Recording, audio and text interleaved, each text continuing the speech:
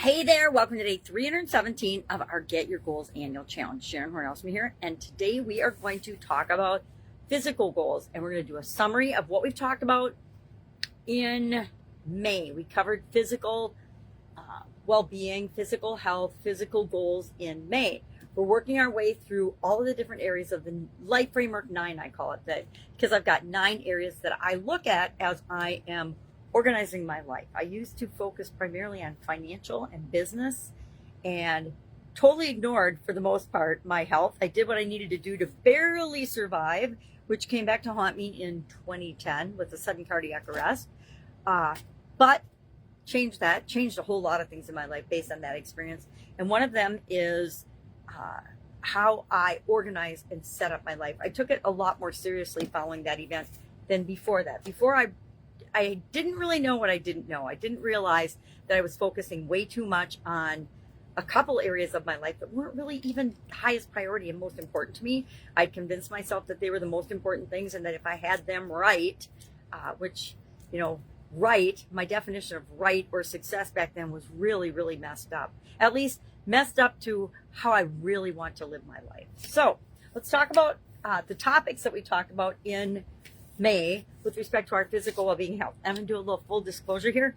This is how I plan my content. I actually take a physical calendar, and you'll notice, I'll go back and even show you that in January and February, I didn't do it at all.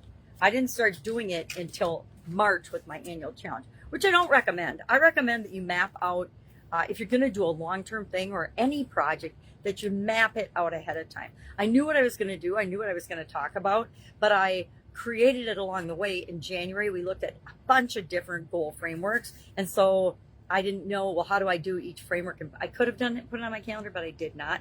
And then in February, when we jumped into emotional, because it was February and I was having a new grandbaby coming, and it is my son and one of my other granddaughters' birthdays in February. So February is just a fun month with a lot of love and a lot of emotion. And so I wanted to do emotion, but I didn't map out my topics, and I didn't really start to create some consistency throughout the year until March, when I hit, what do we do in March? Mental. We did mindset and mental well-being in March. So anyway, just wanted to show you that this is what I do now. And I did it last year too, but I think it took me a month or two last year before I said, okay, I need to calendar this. I need to go through, I need to plan out, at least have a topic for each day that I'm going to talk about as we go throughout the challenge, so that there's some sense to it, right?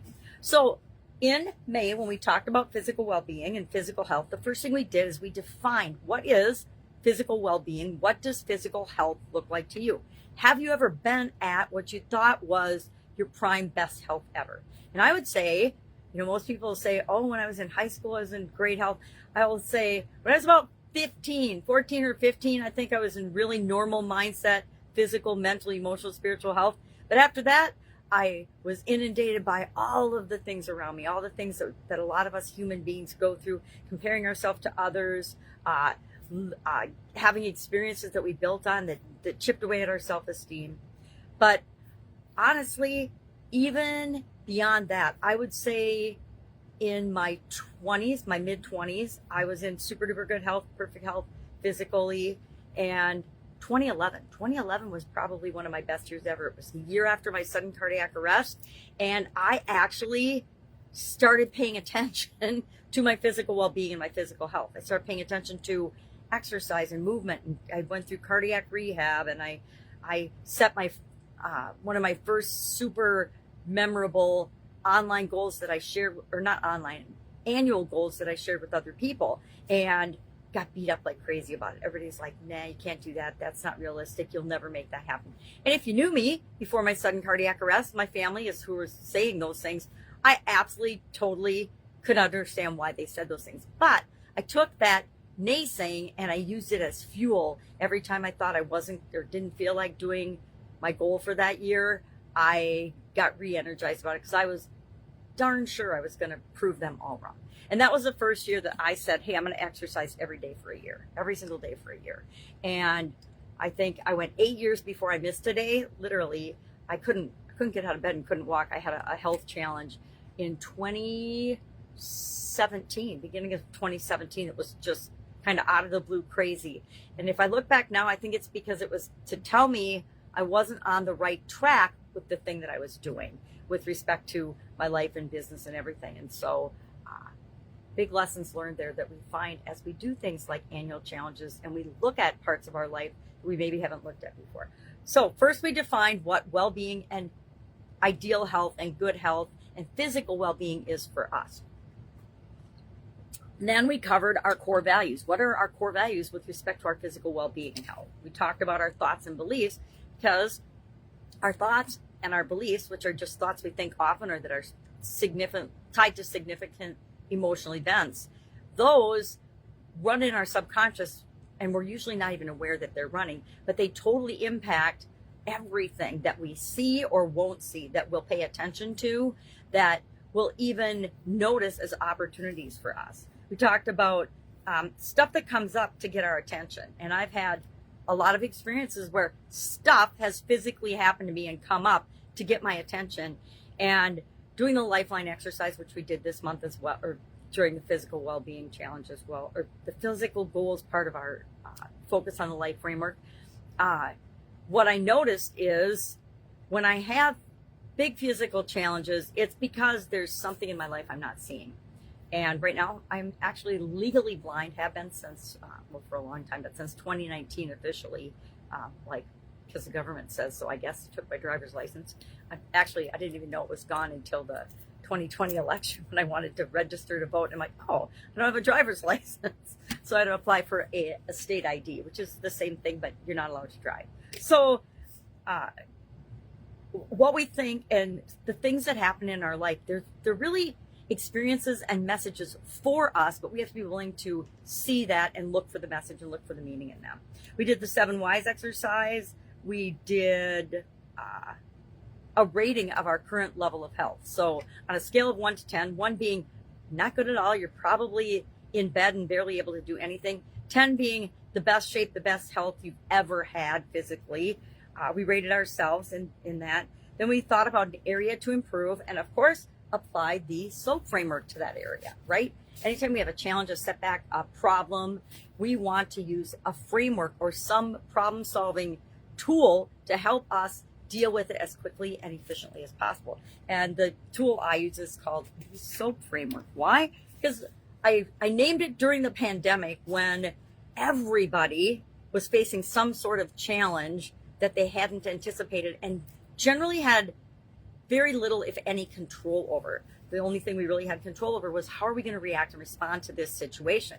A lot of people lost their jobs. A lot of people's businesses were shut down. It was crazy. I remember walking downtown in my little town, like the week that this all came out and all happened, and businesses were just shut down, dark, locked up. Some had signs on their doors saying, hey, we're shut down due to the pandemic.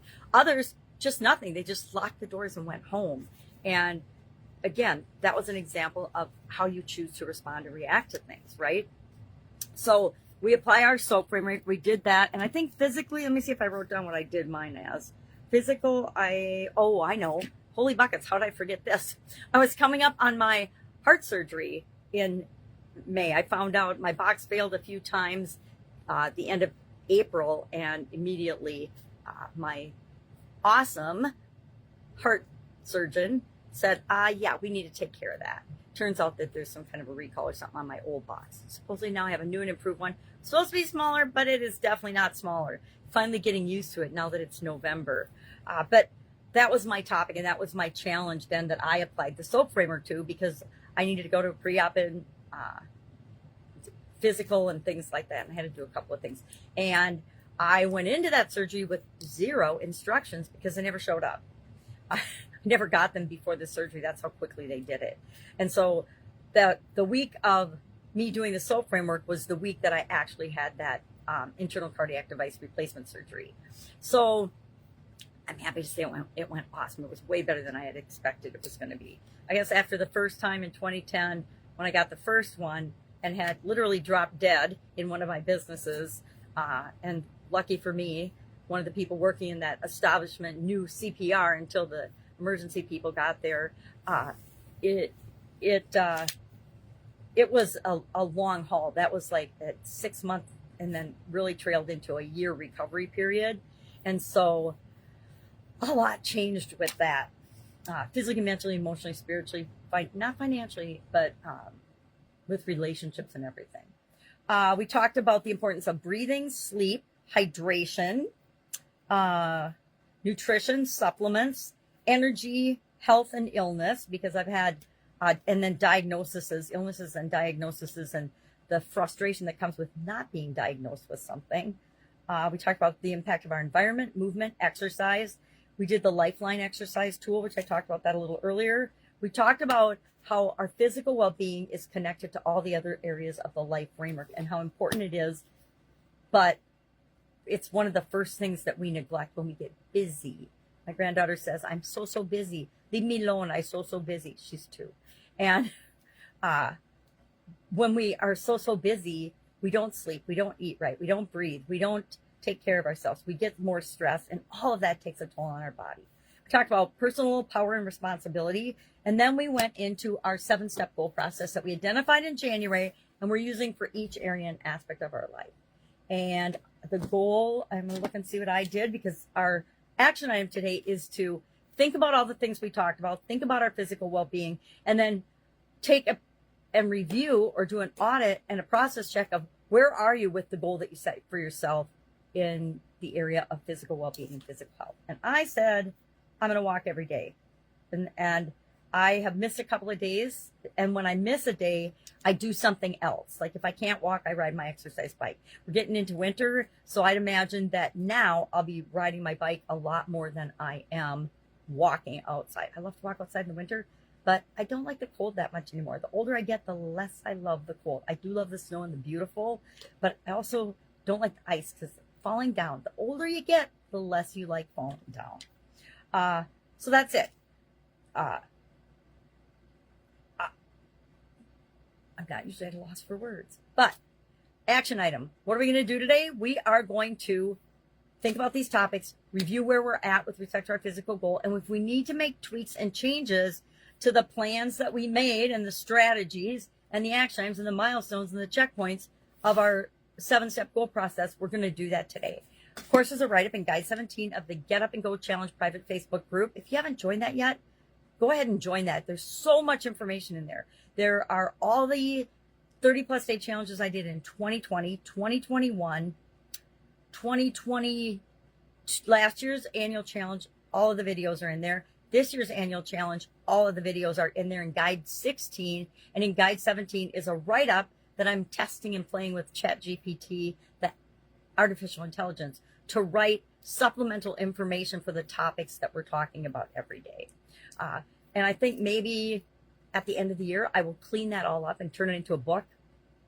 And if you participated in the challenge, it'll be available, of course, to you for free, just the ebook. And I doubt that I'll publish it because I think it's over 1,000 pages long already. So even if I edit it out and fix it, it's going to be a pretty thick piece of information. So that's it. Any questions, hit me up. Otherwise, have an awesome day. And I'll, of course, see you tomorrow. And we are going to focus on and look at the mental area and aspect of our life tomorrow. Have a great day. And I'll, of course, be with you tomorrow.